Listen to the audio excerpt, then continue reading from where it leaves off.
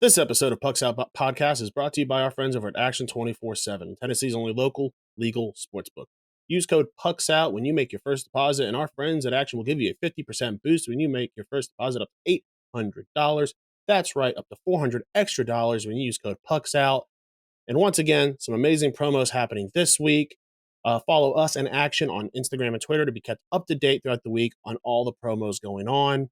And did you know you can gamble with cash? Are you tired of waiting on your sports book? You won, but you can't get your money? No more waiting with Action 24/7. If you want to gamble with cash deposits and withdrawals, get started with Tennessee's local sportsbook today. Check out the link in the show description.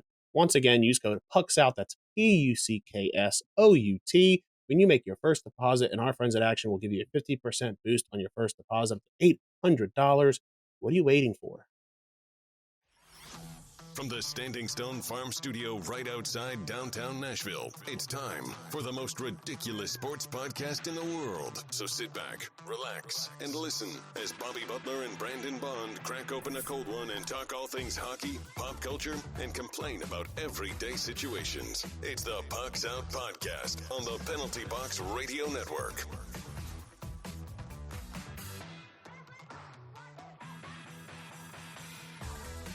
Welcome into the most ridiculous podcast in sports and pop culture. I'm Bobby. He's Brandon. Heyo. You can find us on the three majors of social media at Pucks Out Pod. Now let's crack open a cold Mayday beer and let's get after it. Pucks Out is powered by Mayday Brewery, the official beer of Pucks Out Podcast. Join them this weekend, August 20th, for their hot chicken and jorts. Every Tuesday for trivia and Thursday for bingo night. Ooh, I got that Angry Redhead tonight, and I love it. Daddy's money right here. You know, Nice. This is just, as we talked about it, you Angry Redhead, probably your favorite of the whole bunch. Daddy's money is mine. And, so when you haven't had one in a while, it's just reinvigorating, to the soul, brother. Hope you got me a good little batch that I'm going to be picking up this weekend at I'm picking it up on this Friday. So, yeah, well, I'll have some for you. Today we're covering some news from in and out of the NHL and so much more. Check us out on Patreon to support the show and find us over on Twitch. How are you this week, bud? Pretty good.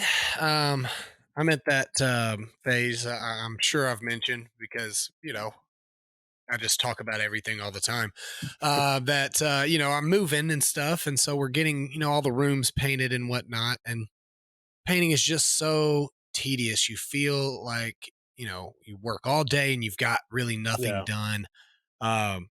So, spending my weekends doing that. So this is really going to be my only break for August is Meg's party. So, but getting that painting done, got a nice new color on the studio, got a new desk coming in.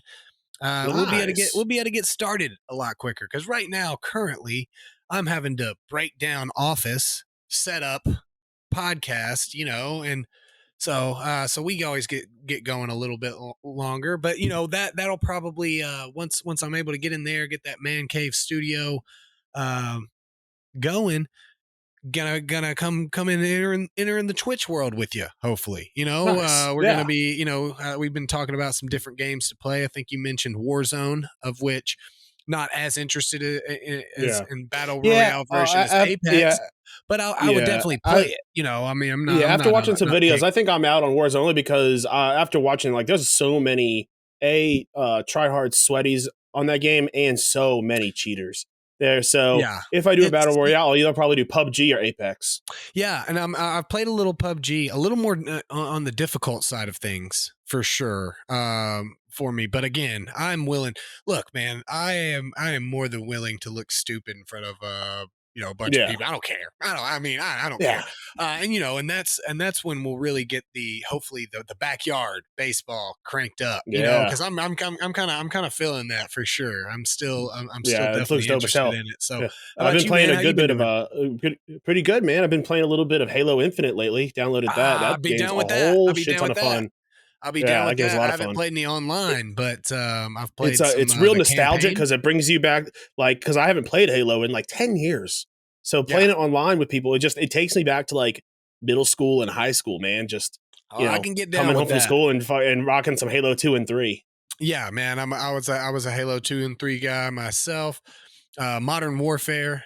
Did not get super Yeah. into Modern Warfare 2, but I got really, really into Modern Warfare. But good portion of my senior year life went to Halo 3 and Modern Warfare. So Yeah. um, I'm down. I'm looking forward to and us getting in some threes, getting our tournament started. Yeah. I think that's kind of in the works. We're looking at getting the graphics the video cards for the Xbox stuff, right? Yeah. The capture So we cards. don't have Yeah. to capture card, excuse me. So looking forward to that, man. Hopefully, but I've said all that to say this. I'm just very drained right now because getting house stuff ready, but we're getting close to the end of painting, which means we can do a lot Yeah. more after that. So, For sure. But hey, I see you rocking all that Auburn stuff, man. Is that yeah, what do you got for fit check yeah, today? bro. Yeah, bro. Got the Auburn versus all y'all. It's beginning of the season. Nobody expects us to do anything. Got the Auburn hat rocking. Just it's a great time of year. We're getting to the Yeah. middle of August, which means we're almost to the end of August, which means football is once again among us. And Our world didn't implode and we're not in an apocalypse, so we will get Yet. to enjoy another year of football. At very least, we get to be excited about enjoying another year of Yeah. football. So what Hell about yeah. yourself, bro? Man, just rocking a good old. I actually found this button up while we were cleaning. I haven't worn this one in a couple years, and I was like, you know what? It matches my Top Golf hat, There so you I'm go. rocking the Top Golf hat today. And Nice. it's a Yeah, little. I almost. don't know why Top Golf sells shamrocks, but I saw it at Top Golf. I was like, I gotta have that. Yeah, I got the Top Golf that kind of looks like Titleist. The pink Yeah. outlining, and then the baby blue is the one I went with. We haven't been to Top Golf in a little bit. Maybe we should go. Yeah. Maybe we should see if they'll let us do a live show there. I mean, Yeah. and we won't even do a show. We'll just play golf the whole time. But all right, let's hop into the news. Everything you need to know about what's happening on the ice. It's time for news from inside the boards.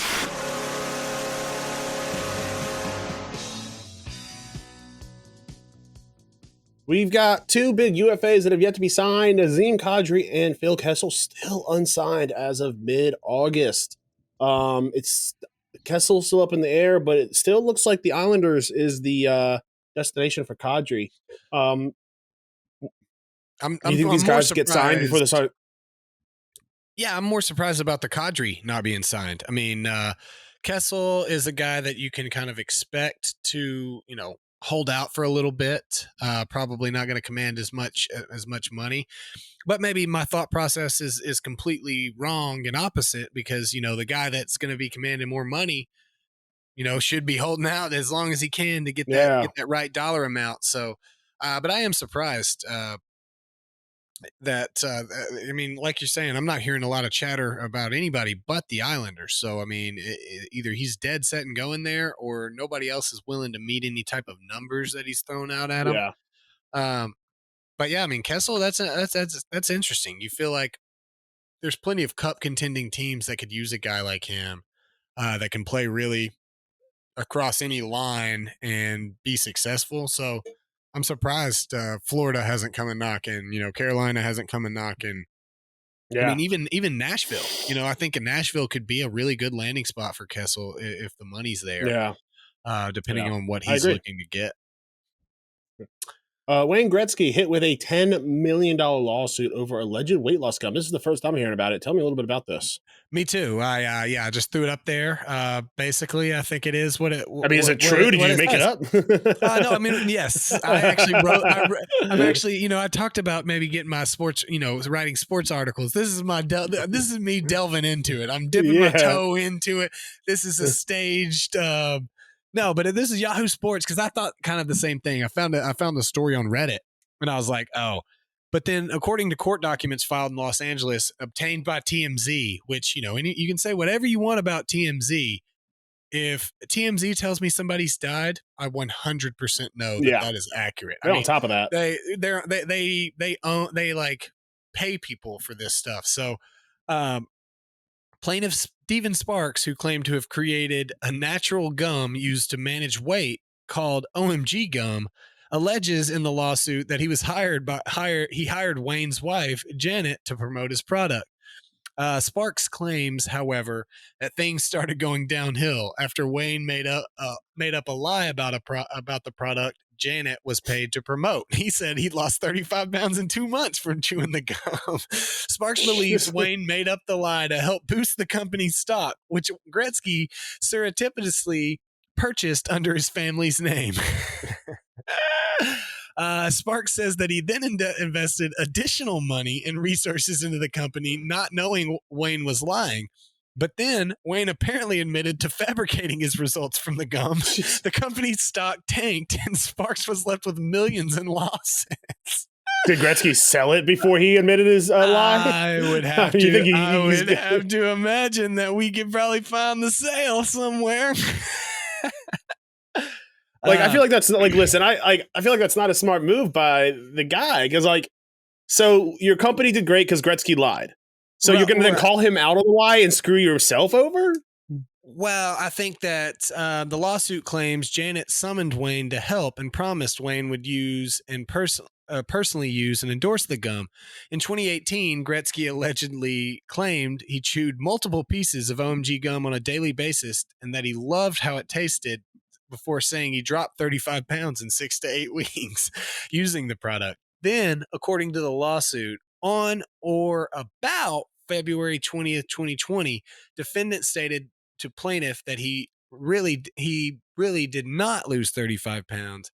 The admission was not repeated to those investors who had invested expressly based on their belief in OMG gum because it had been endorsed by the Great One. Jeez. There are so many idiots involved in this, it feels like. He also alleged that Wayne and Janet, or Wanet as some call them, that's not in the article. That was me. That was all me. I'm telling you, I could be writing these things. Colluded to remove him from Buchu while ordering the company's new bosses to stop using the former NHL player's image or name to promote the product. So it sounds like lies were starting to come into the fold, and Wayne Gretzky was just like, I'm a great one for a reason. I'm out. So if that seems as a part of the lawsuit, he's obviously asking for attorney fees to be paid in the amount of $500,000 with 10% interest. So, okay then. So first I'm hearing of it as well. Yeah. Lawsuits move slowly. So I'm hoping they're sitting a jury for this bad boy. Because, hey, call your guy. You got experience. Call your boy. I was a foreman, okay? Specialties. Rangers activate Sammy Blaze from the IR. Still, what a dope fucking name. Oh, it's so sick. And, I more put that in there. This is normally we're not throwing a bunch of, this person, that person's activated from IR, especially a guy like Sammy Blaze that is, not bad, but he's most certainly not on the forefront of everybody's mind. But we're gonna be rounding into getting into fantasy shows soon.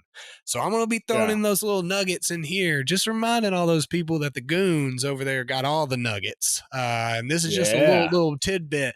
Sammy Blaze, big time for a hits league. All right. So you got a hits league. That's a guy that, probably not in 85% of leagues, I'd say, not a lot of need for him, not a big offensive threat. That man will throw down a bunch of hits. So the Rangers as a team, obviously, are going to be happy to have him back. But be looking at him in some of your bangers leagues for sure.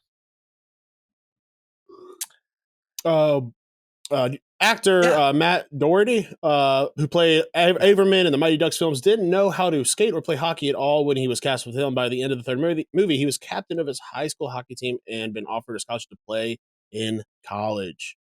That's pretty sick, huh?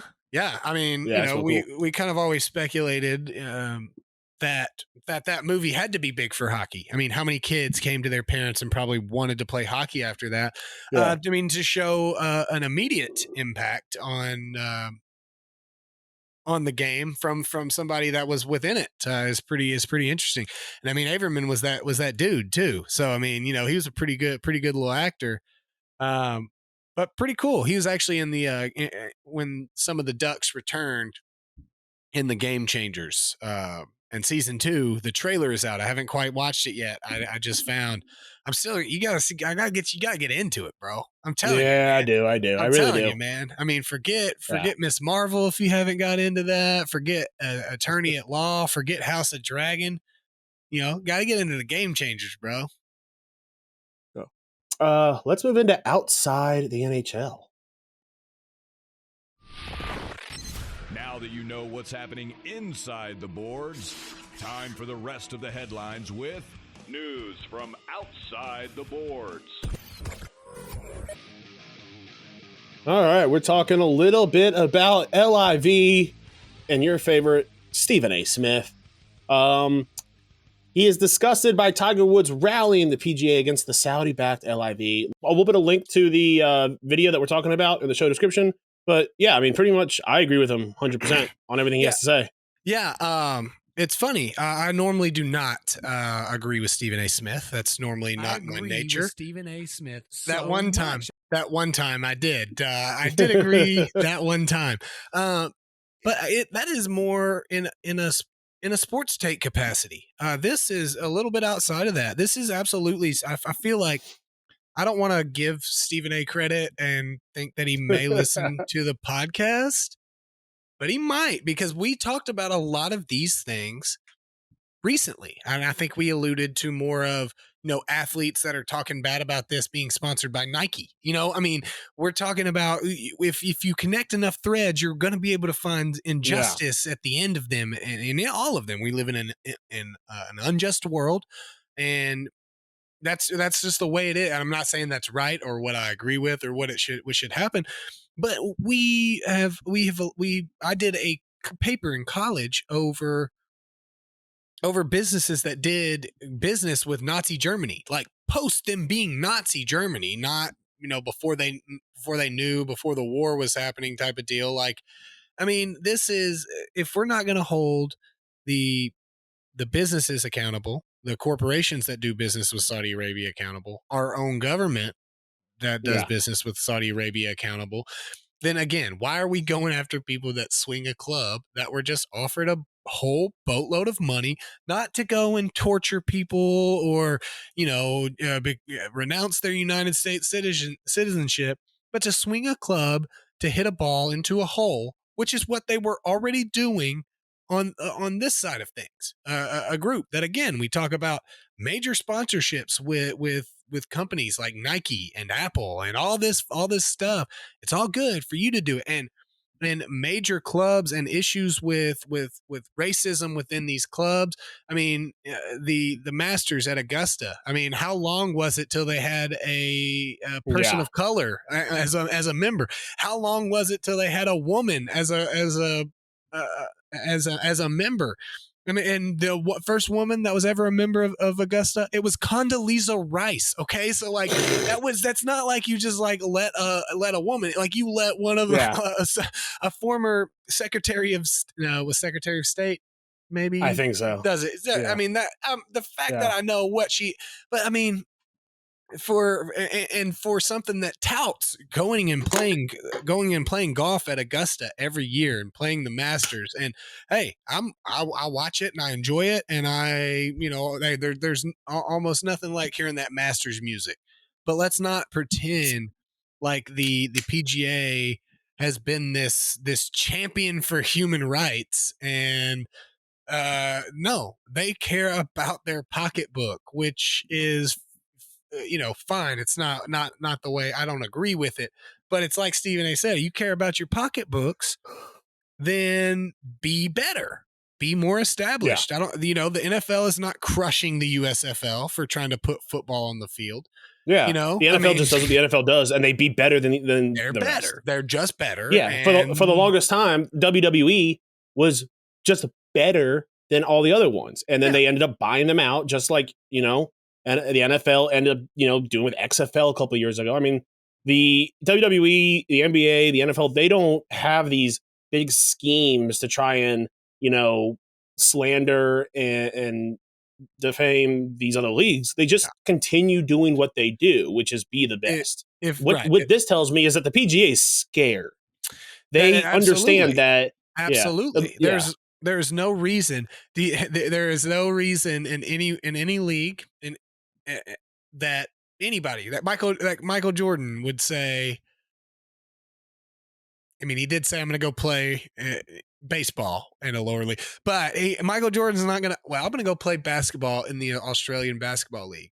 The NBA would probably just be like, I mean, probably I wouldn't, but I mean, all right, I guess, like they're not going to start slandering the Australian Basketball League. Yeah. And, unless you're China and not Chinese Basketball League, which they don't care about, but the country specifically China, the NBA doesn't care what you do pretty much. So that's the thing. The PGA has been the only game in town for a long time.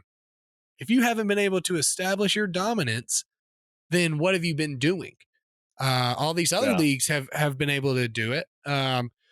If you're so scared and don't want them to be contracted employees, then why don't you have an official roster and make sure that everybody's getting a paycheck and they sign a contract? Yeah. That's that easy. Then they can't go play for another league because they're your employee.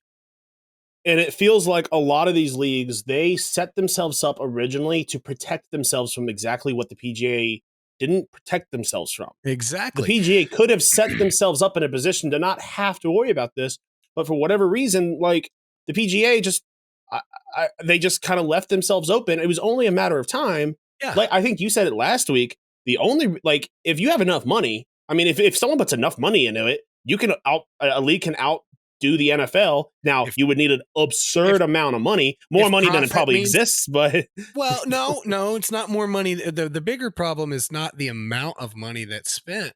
It's the how much you're willing to lose. It's the willingness to not make money for a long time. Which is that's a big problem with these leagues. But the thing is with the PGA is the difference in a football player for an NFL team or a baseball player for an MLB team or basketball player for an NBA team or even a soccer player for an MLS team. All of this stuff that costs money to train and trainers and nutritionists and all of this stuff costs money. Okay. All of that costs money, but the team provides that, right? That this is not money coming out of your pocket. Where you're telling these golfers, you're just a contract employee, and we don't have PGA facilities and PGA trainers. I'm sure they do at the tournaments and stuff like that. But when that person goes home from that 3 or 4 day tournament, they're at home, right? They have to train at home. They have to get their own nutritionist. They have to pay their own caddy. They have to do all that. They're their own boss. So you telling me I can't go play golf somewhere else would be a lot like telling the roofer you just hired, hey, you're good to do houses on this street, but I really don't like the other neighborhood over there. So don't go do houses there. I mean, that's essentially what you're telling these employees. If I hire a roofer and he works for me, he probably works on the roofs that I say, hey, work on this roof. So I guess that would be my big argument for it. And so play the drop, Bobby. You don't get to use it often. I agree with Stephen A. Smith so much. I do. Hey, we did not. We never really realized that we would actually be able to use that drop again. We thought that was one of those 500-year things, where it happens once every 500. So but moving on, Lamar Jackson possibly going into week 1 without a contract. Stephen A. also had some opinions on this on this morning's edition of the First Take, but we're not going to talk too much about that. Pretty much. Listen, Lamar Jackson's going in. There's a possibility he may be playing in week 1 without a contract. And frankly, that is a huge mistake. In no world should a player ever be doing that. I understand that some people may have opinions and different opinions on whether or not it's smart of him to be having these negotiations without counsel. It's dumb. Not. I mean, it's not. I've heard the man speak. Yeah. He needs a representative. There is a difference between your first contract as a rookie and your second contract. You're no longer, bound by rookie contracts. Right. This is big boy time. This doesn't just affect you. This affects other players. It I mean, affects other players, but also let's not pretend like the altruistic NFL owners are gonna not try to throw a few things in there yeah. that maybe not get that'll get caught and laughed at by a lawyer. That if I know you got a lawyer and you got people, an agent representing you, if you put that in, you put certain provisions in there, I'm going to tell my client, and we're going to be further away from the. I mean, there's Yeah. going to be lots of things that is in legalese that we wouldn't be able to understand. My understanding is most agents are lawyers previously, right? Like they were lawyers, and then they get. I don't think it's like a 100% requirement, or right? they But were like, a player, and then they get they work for right. That's what I'm saying. But a I'm company, saying like and a big company that has lawyers, and they have stuff. paralegals that help I'm them. thinking, I'm thinking like Ari Gold type of deal from Yeah. Entourage. Like that Ari was a lawyer before, and so like I mean, it's just a natural transition. You got charisma, and it's important to have somebody, because these contract talks can get heated. I Yes. truly think it's important that that the player kind of take a step back and is not the one in the room Right. getting heated with management. Right. It is because their job is to play. That 100%. It's a point that is I've thought of before, but like didn't even really think of as maybe even more important. Let's pretend that the NFL owners and contract folks aren't going to throw anything crazy in there. Fair. You can ruin a lot of relationships like that. That makes it a lot different with my agent yelling at Amy Adams Strunk's lawyer. You know what I'm saying? Like that's so interpersonal. Like they're not going to make it personal because they're just lawyers. Yeah. Like they may get But heated. a player they will may make it get personal argument. because it's his livelihood, and it's Exactly. he's It's gonna being get judged personal. he's being graded on everything he does. That's why it's always scary to yeah. see a player go to arbitration in the NHL. You know what I mean? Because I mean, essentially the ownership is trying to downplay the achievements of a player, and the player's trying to oversell the achievements when it's usually somewhere right there in the middle. Yeah. It's time for Lamar Jackson to stop being cheap. It's just as matters that. Like, dude, you've made your money. Time to spend that money. Get yourself a lawyer. And, I bet he doesn't mow his own yard anymore.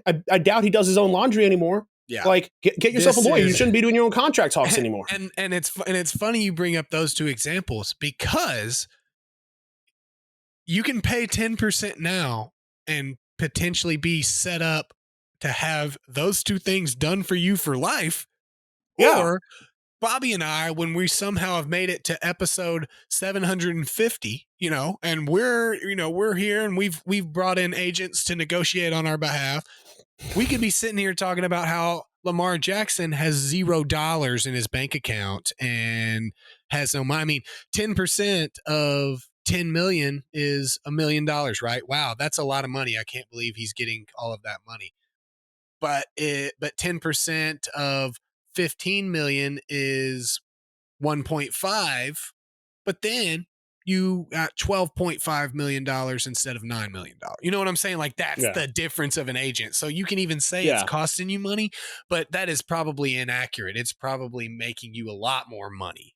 Are you going to know? 100%. Are you going to know to go in? I want this front loaded. I want this here. How do I work in the cap? Yeah. I just don't see of all the things to not pay money for an agent of all of those things. And you don't have to go get a scummy big company agent. Like you can go and find somebody from your hometown or like that. There are 51 other players in that locker room who I'm sure every single one of them has agents. Talk with your receivers, with the guys, talk with your brothers and figure out, all right, guys, who can I trust to actually help me? And your teammates will help you out because your teammates want to see you get paid. They want to see you get paid because the NFL, you get paid more, other people get paid more. So of course they're going to want to see this. When it comes to like on the field, it's player versus player, but outside the field, it's player versus owner. But all the players in the league are together and wanting to get paid. But and to bring up a third and final point, the pure role model thing for incoming rookies and young players. To see this happening is bad for it's bad for Yeah. you. It's not bad for the owners. It's great for the owners. Oh, yeah. The owners would love to have 50 some odd, 70 some odd players negotiating for themselves every single time. Not a question at all. So Yeah. it's bad for that incoming crop of players to see, well, if Lamar Jackson doesn't need an agent, then why do I need an agent? Yeah. I just think it's bad optics for sure. Yeah. And Frankly, the NFLPA needs to step in and watch out for their fucking players and say, no, yeah, and I they need to put in the CBA that players have to have representation. No, Because I don't even think about it's that. I mean, that's just more of like he definitely should. I think the bigger thing is they need to step in and not allow him to play without a contract. That is yeah, no, protecting that the too, for player. sure. I mean, look, Yeah. man, it's protecting the players, sure, but it's more of an overarching look. If he wants to go get paid a lot less money or whatever, that's on him.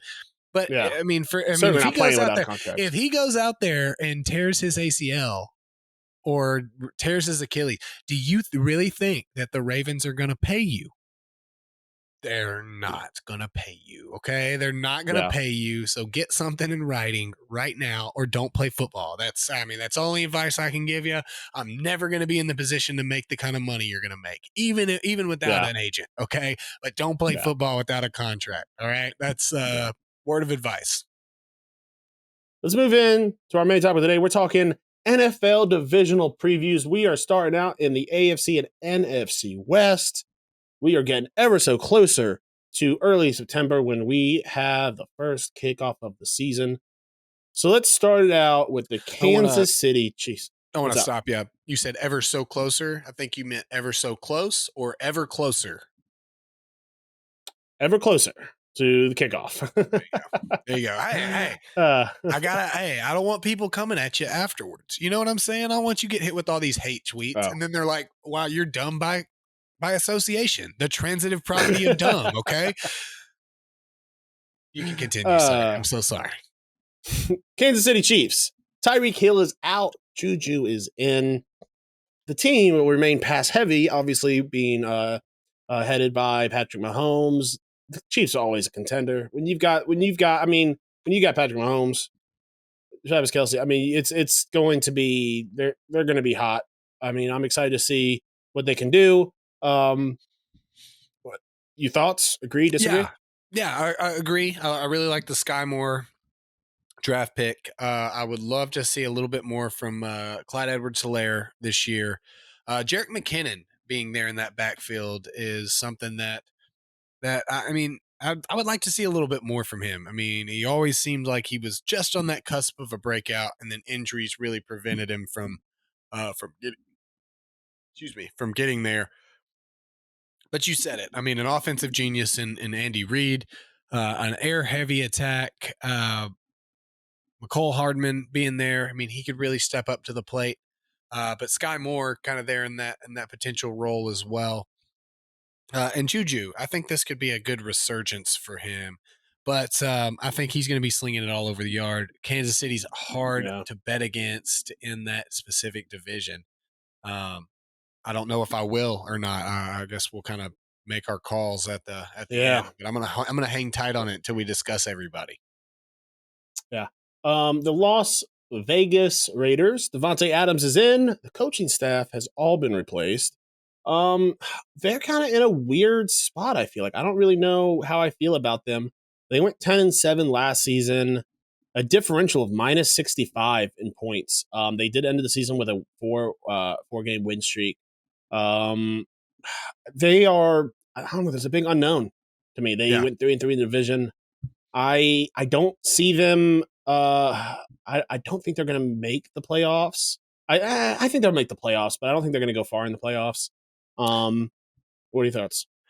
Yeah, I agree. Devontae Adams coming in is obviously a huge signing, a superstar in this league. And I mean, people forget Derek Carr has won an MVP. So I mean, he's not. Wow. He gets some bad raps sometimes, but a decent season last season. I think with some pieces there, even with the loss of Henry Ruggs. I mean, you got Hunter Renfrow, Darren Waller. Josh Jacobs, it seems more they're going to be trying to kind of move him into a handcuff style of role. But you got Zamir Smith, a new rookie drafted there, along with who's their other running back? Maybe Jalen I don't remember. Richard is something that's coming to mind. Doesn't matter. Um, some good pieces. I'm not sure how I feel about them either. I think that the playoffs are definitely possible.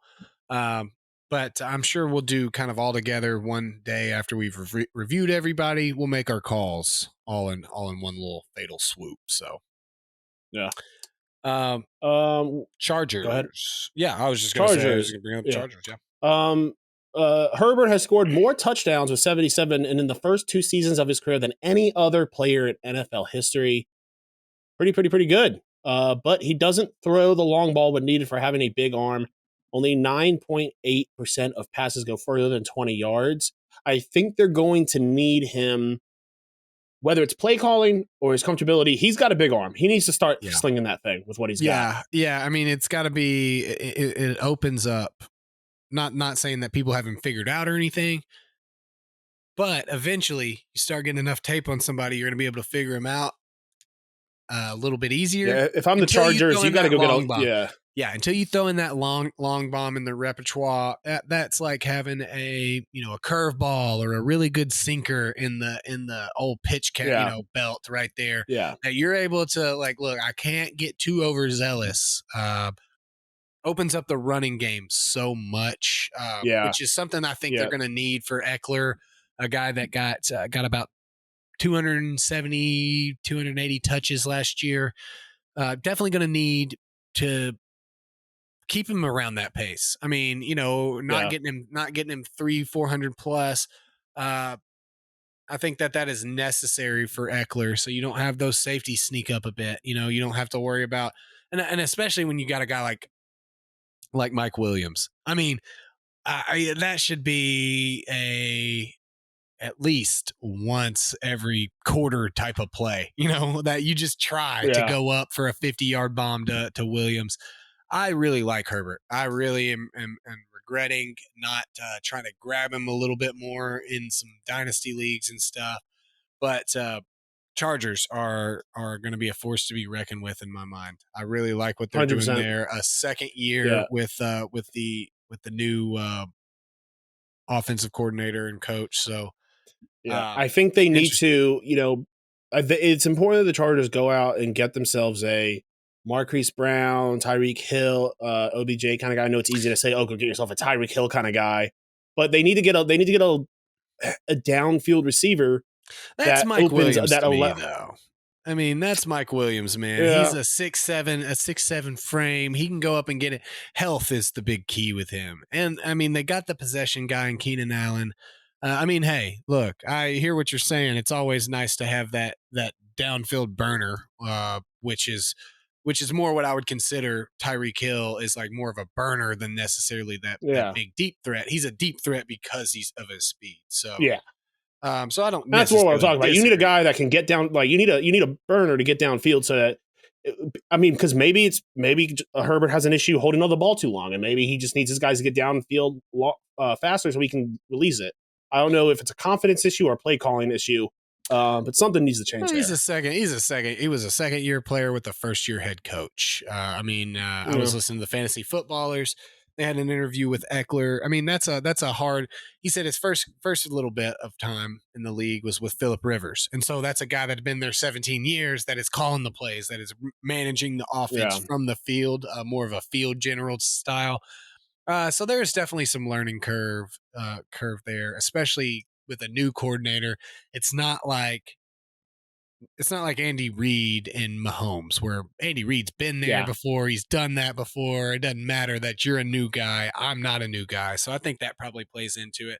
But I agree. I mean, definitely a piece. I think Jalen Guyton, I'm not sure about his speed, but he was stepping up to the plate towards the end of the year. Interested to see where the Chargers land. I mean, it's always hard because you're looking at all these teams, and all of these teams have made some pretty good moves. And you're thinking, okay, well, Chiefs could make the playoffs. Okay, the Raiders could make the playoffs. The Chargers could make the playoffs for sure. And then we're going to get to another team, the Denver Broncos, that with their moves that they've made, they can make the playoff. Yeah. We got 4 teams here that, and one of these teams or 2 of these teams will inevitably drop off and will inevitably be a surprise to us. And it could be any one of them. So it's very interesting to kind of look at where we're at now. Yeah. To round out this division, the Denver Broncos, they have an all new coaching staff. And I think they'll be leaning on Russell Wilson this year, their new quarterback. I think that to me, again, whenever a quarterback goes somewhere new, it's kind of like, all right, what do we, and I think that Matt Stafford was a perfect example of this. Okay, is this going to be the same Russell Wilson? Is he going to be better? Is he going to be worse? I mean, it's not every quarterback is going to be Tom Brady going from the Patriots to Tampa and instant success. I mean, that's not a thing. Anything Tom Brady does, you can assume that it's not going to be the norm across the league. So I don't know what to think about this. I think the Denver Broncos are a big variable in that division.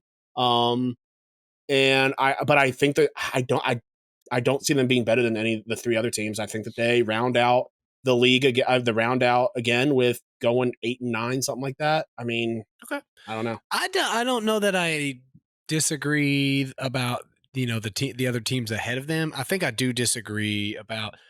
I mean, the usage alone, I think, is going to change. You said it. They're going to have to lean on Russell Wilson. Well, what is one thing that Pete Carroll didn't do was lean on Russell Wilson. I mean, a mobile quarterback style guy that didn't get to throw the football a lot and didn't get to use his legs a lot because of Pete Carroll's play calling style. Yeah. He wants to run the football. Yeah. Unless there was a Super Bowl on the line and you should have run, then he leaned on Russell. He shouldn't have run. I'll die on that hill. It was the smart play call to get 2 attempts over the 1. But we've argued about that before. So, so I think Russell Wilson's going to fit in there. I think the loss of Tim Patrick to an ACL really hurts him for sure. But I like Jerry Jeudy. I like Cortland Sutton this year. Yeah, I like Jerry Jeudy. I like Noah Fant. I love Javonte Williams. I love Javonte Williams a whole lot. I think that this is a team that is going to surprise a lot of folks. I'm not worried about excuse me. I think that's what they're missing was a quarterback, and so I'll be interested to see where it goes. I don't know that I'll call playoffs for this team or anything like that. I just don't think we're going to see the same team we saw last year. Yeah. All right.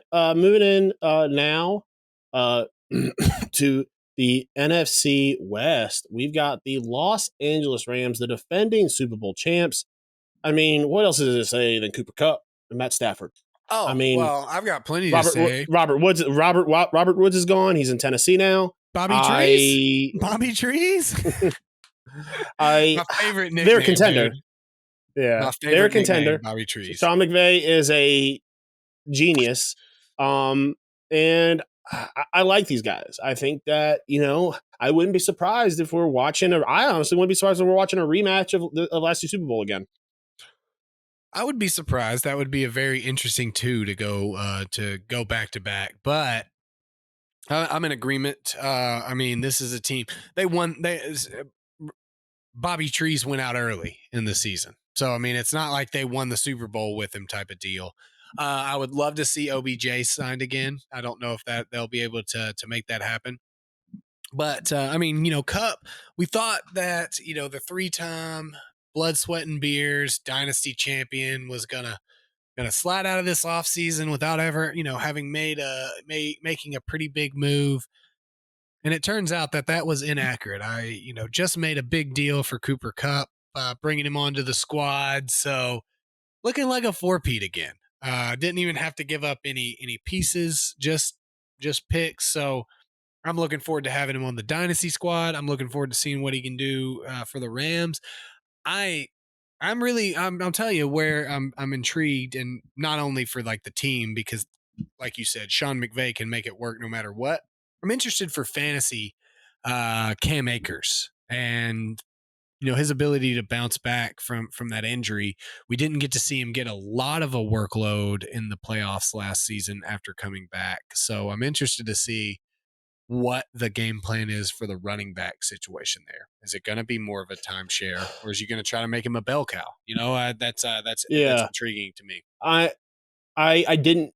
I'm just now learning about that trade, and I got to be honest, I'm a little peeved at Sass because Sass approached me for for Chase, and I said I told him I don't want it. He's not on the trade block, but I'd be willing to give you Jamar Chase for Cooper Kupp. And he said, "No way, I'm definitely not giving to Cooper Kupp." He said, "I'm not." He said, "I am definitely not getting rid of the number one receiver." And the league. I said, "Okay, well then he's not. Then I'm not trading Jamar Chase." And now he got picks. Bobby, I'm mad.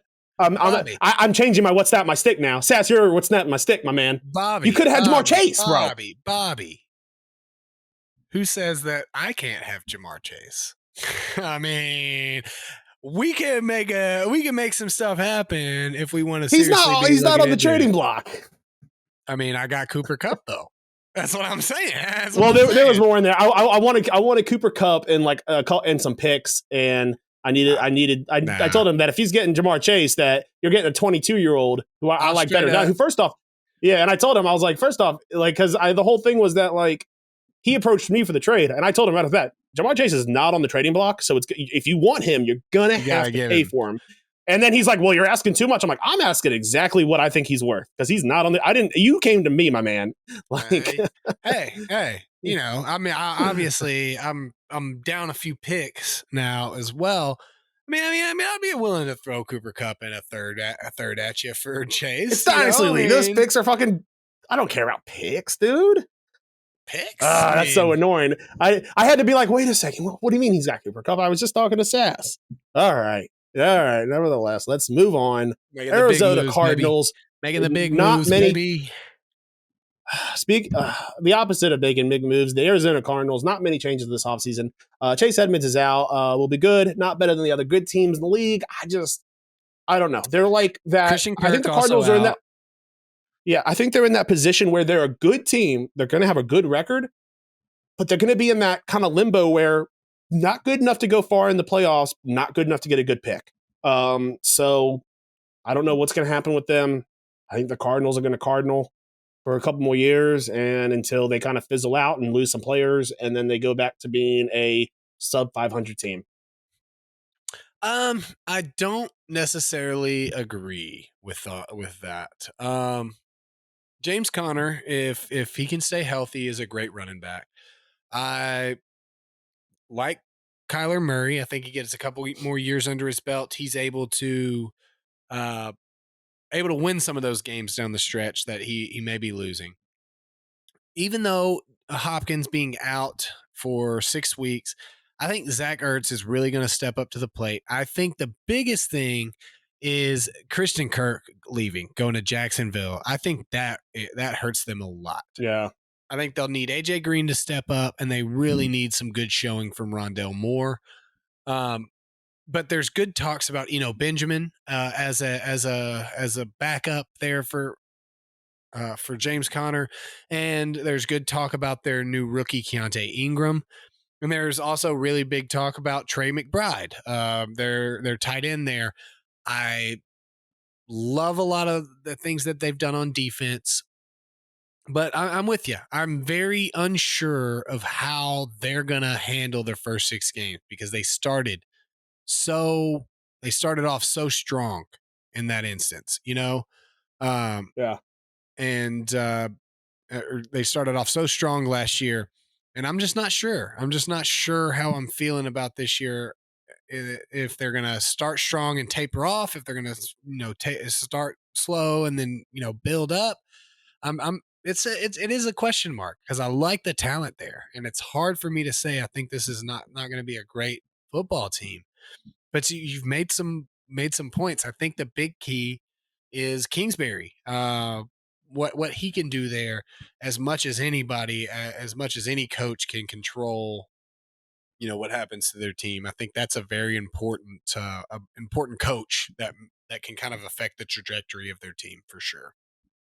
Yeah. All right. Moving on to the San Francisco 49ers. This was a team I had a little bit of issue with kind of getting a report on because there's just, I don't know. There's nothing really glaring. I mean, you've got Kyle Shanahan's offense, I who can give he's you a one of the little. more unique play callers. Raheem I, Mostert to the I would Dolphins. I would say your Mohamed biggest. Sanu is an UFA. But go I ahead. would say your biggest. I would say the biggest thing that we need to bring up Trey is, I Lance. mean, Trey Lance. Yeah, Trey Lance going to be playing quarterback there. Definitely gives them the opportunity of something that Jimmy G didn't. Okay, I don't think Jimmy G Yeah. is a bad quarterback. Okay, he's just not the guy. Okay, he was Yeah. great. He was great on a Patriots team that all they needed was a game manager. And Yeah. so the 49ers need more than a game manager. I'm very interested. Trey Lance played a couple of good games last year when he got to play. I mean, fantasy wise, and actually in the game. I'm interested to see Debo and how he does coming back. I've heard good things about Brandon Ayuk and how he is going to be one Yeah. of the guys for Trey Lance. And Elijah Mitchell. But realistically, all you have to do is say San Francisco backfield, because that's really all that matters. Is you just have Yeah. to be a running back that plays on a team that Kyle Shanahan coaches. Like, you're gonna get a game where you drop 150 yards and 3 touchdowns, and then you become irrelevant the entire season. So that running game, I think a lot of this is going to hinge on George Kittle's health. If George Kittle can stay healthy, I think that Trey Lance stands a much better chance at being successful in year one, Yeah. or his first year as a starter, I should say. Excuse me. But do I think they're going to make the playoffs again? That's tough to say. It's I'm not really sure. A tough, not necessarily a hugely tough division as much as the NFC is very tough. So it'll be interesting to see who they play, how they play against them. But low man on the totem pole is the person we're going to be talking about next, which is interesting because that's usually not the low man on the totem pole. Yeah. All right. So the Seattle Seahawks. This Chris Carson retired. They lost Russell Wilson, but really nothing exciting about them. And I think that they're going to remain the low man on the totem pole this season. Yeah, I mean, Drew Lock and Geno Smith have not inspired greatness per se. Geno Smith has looked okay when he came in and replaced Russell Wilson last year after the broken finger. But yeah, no, you mean you've said it. I'm really intrigued. I'll tell you what I do like about the downfall of Seattle is the slowed interest of DK Metcalf, and how, especially in redraft leagues, you can find him dropping down the draft boards, and so you can get a really good deal on him. I think because he's still going to be 6'6". I think Yeah. he didn't shrink because there's a new quarterback. He's still a man amongst boys, I'm guessing, because he's still him. Yeah. So I think a lot of people are low on him when you and I could go out there and get this guy 50 catches you know what I'm saying? Yeah. we could be at least 1,000-yard passer if we just threw the ball up to DK Metcalf every time. Yeah. So they would be I would not be surprised to see them lean on him in the pass game when they do take it. But Rashad Penny can be that hit or miss guy, man. He was a down the stretch player last year that really helped me in the playoffs. When he's healthy, he is a dominant force to be dealing with. He's been going in healthy to the training camp, and then we get an alert the other day that he's tweaked his hamstring. But it's just a tweak. But that doesn't matter. He's going to be out for 6 weeks for it because that's the way it's been. Kenneth Walker probably has a good opportunity, but I mean, it's always hit or miss with a rookie running back. I mean, those guys that you think are great because they have, they did great in college may not be great. Yeah. They just may have ran through holes, and a lot of people can do that. And then you get these running backs that have this vision that, you weren't able to enact it when you were playing behind a bad offensive line and you were getting away from guys in the backfield.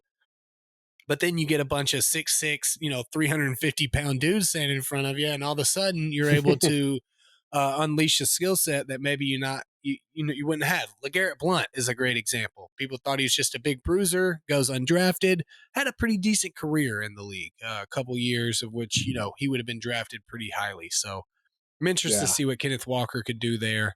But yeah, low man on the totem pole until they prove otherwise. In my mind, that quarterback position is going to be tough. All right, let's move on to our joke of the week. The weird. Corey Perry. See, I don't like that. Wild. I think the first read was a good one. Now I'm overthinking it. Outlandish. Each sixth chick sat on a stick. Little tongue twister. And downright dumb. You're kidding me. It's time for the joke of the week. All right, we got another story about Lane Kiffin. It's been a bit, but we're checking in with old Kiffy. Probably one of the most Lane Kiffin things to happen for Ole Miss. Lane Kiffin finds Ole Miss new punter from a frat house keg party. Lane Kiffin's quote, "Yeah, I don't know a whole lot about him. I think he was down at the frat house at a keg party or something where they got him from. We've got some conditioning to work with him. His quote continues, we just said, hey, someone go find a punter around campus. And so we found one who actually used to punt in Division I. You never know. He is listed on the Ole Miss website at 6 feet 1 inch and 250 pounds. And they just went around to different frat houses looking for someone who could punt a football to be their starting punter. And it's funny because, you don't usually use a scholarship on a punter unless they are all-star punter. Nevada actually used a scholarship on a punter. And not a local guy, some guy around some guy from Marietta, Georgia, way far from Nevada, and entered the transfer portal, ending at, Ole Miss there. I would be interested to know how accurate this story is, because it's Lane Kiffin. I mean, what a joke if this is for real, because you're saying that a Division I athlete transferred to your school and you had no knowledge about it. That just seems like bad. You either have bad people working around you, or because I would imagine the transfer portal is public, right? I mean, you would have to imagine that it's there all the time, and you just. Yeah. I mean, I'm just imagining a list, like. But would we be surprised if Lane Kiffin did make this fuck up and didn't know? No. I mean, no. Oh, no. I'm not saying it's impossible. I'm just saying that he's probably just making it up because it's Lane Kiffin and he likes to troll people. I mean, I guess multiple places are reporting it.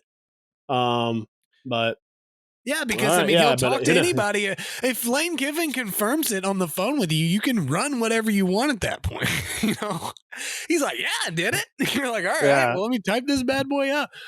What a joke if it's true though. I mean, lucky for the guy that is punting, and I'm more confused about why is he got a condition? I mean, yeah, and let's be honest, Ole Miss punts the fewest amount. And that's not because they're scoring. He just goes for it on fourth down because he's Lane Kiffin. Opponents only had, last year, apparently, I don't know if this guy was on the school team last year. It wasn't clear. But, opponents only managed 17 punt returns on them. I mean, again, to be fair to you, Bobby, it was because they punted 17 times. So it's not like... Yeah, what a joke. Yeah. What a joke. Yeah, but... All right, let's move into what's snapping our stick.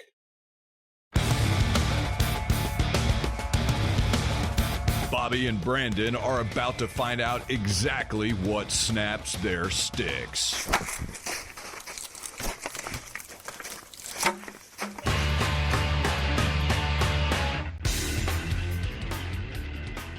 All right, I experienced this the other day. Once again, we're back to people not knowing how to fucking drive. Pretty much understand like that when you're on 98% of our stuff. Yeah, I understand that when you're on the road and there's a fire truck coming your way, and there, you never know where they might have to turn, and you slow down. But if there is a median between you and the fire truck, and they're coming the opposite direction, don't stop. And not just that, don't. It's one thing if you feel like you have to stop, pull into the shoulder. Yeah. I'm driving in Murfreesboro. It's right next to like the the water park or the athletic place right near the VA. Sure. If you know what I'm talking about, like where the baseball fields are. Yeah. This dude straight up stomps on his brakes right in front of me, and I lay on my, and I'm on my fucking horn. Yeah. I'm on my horn, and he puts his arm out the window and points the fire truck, like that's somehow like, oh, that makes like it okay. That he's like the dude, mom. First off, there's a median between us. There's a median, and we're next to grass. He's not going to turn into the grassy field. Like, so and then I keep on my horn, and he just gives me a thumbs up, and I'm hanging on my horn again. and eventually my mom's like, hey, calm down. You're fine. I'm like, this guy needs to fucking move. Yeah. We got places to be. Yeah, you brought up a good point, and I changed mine because I was just going to do more complaining about painting and moving. But just stupid explanations from people that they think clears everything up. I mean, pointing at the fire truck, again, doesn't clear it up, bud. I saw the fire truck. Yeah, we were familiar with things fire truck, how fire trucks happen. But like at Mexico, when we were in Mexico, and the kid was running down this like, stairwell thing that was outside, and the worker was like, no, like you can't do that. And the mom was like, oh, I'm sorry. We're just filming a video.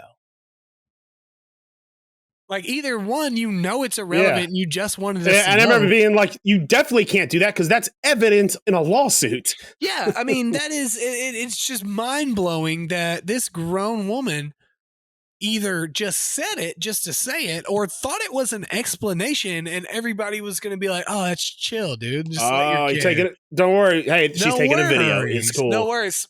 Guys, boss. No, you can't write me up. It was a video thing. I told you it was going to be embarrassing like that. Just like stupid stuff like that. Like, I forget what it was. Something this weekend. Somebody said something that was just like, okay. I mean, those are definitely words that you have said to me and they're coming out of your mouth. I've heard them. They went into my ears, but they don't mean anything. Like my point still, that's what you should ask yourself. If you're responding to somebody saying something, ask yourself, is it going to affect anything?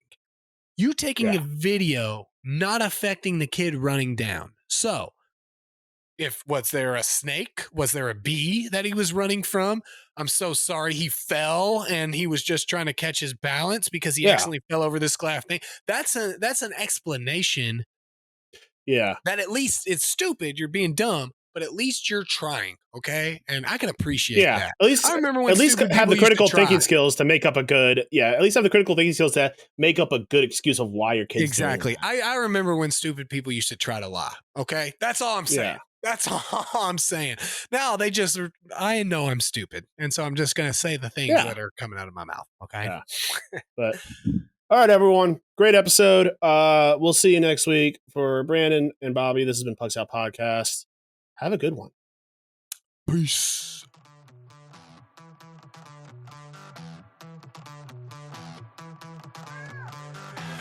Thanks for listening to the Pucks Out Podcast. To see what other ridiculousness the guys are up to, check them out on Twitter and Instagram @PucksOutPod.